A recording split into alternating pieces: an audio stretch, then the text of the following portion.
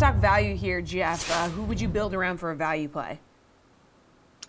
I like Ayo Dosunmu at 5,100. Dosunmu, he's a great play tonight if Zach LaVine remains out with the knee injury, so keep an eye on the injury report as we get closer to lock. He scored 29 plus fantasy points in back-to-back games, and he's played 30 plus minutes in 6 straight contests. Throw in the fact that Sacramento ranks 25th in DraftKings fantasy points allowed to guards, and that sounds like a recipe for success for the rookie to me.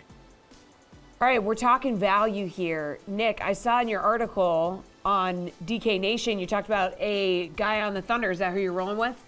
Yeah, Lindy Walters III is definitely the guy that I'm rolling with tonight. I actually was looking at Darius Baisley originally, but then I saw the savings that Waters is going to provide at 3.4K and what he's been doing lately too. I feel like they're both decent options, but Waters is the guy that I got to go with. He's provided at least 6 times value on this price tag in each of OKC's last 3 games. Charlotte has given up the 7th most points to DK fantasy points to shooting guards this season. Charlotte's 3rd in pace and 23rd in defensive rating. There's just too many things pointing in the direction where there are going to be guys who provide offense in this game for OKC as much as I think Charlotte will cover, and things are pointing towards Waters being one of those guys that provides offense. I also think Josh Richardson is another way you can save if you're looking at getting a piece of that Spurs game, but Waters is ultimately my favorite guy value play tonight. Matt, talk to me about value.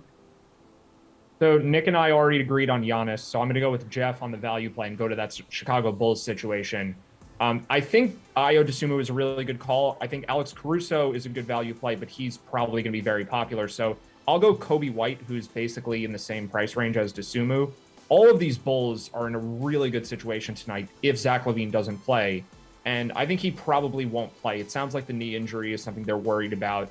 The Bulls are not in a must-win scenario right now. It kind of looks like the Bucks are going to win the division, and the Bulls are not competing for the 1 seed in the Eastern Conference anymore. That looks like it's going to be the Heat. They're not really in contention for that at the moment. So I don't think the Bulls consider this to be a must-win game by any means. And Caruso's back, so they don't need LaVine to play.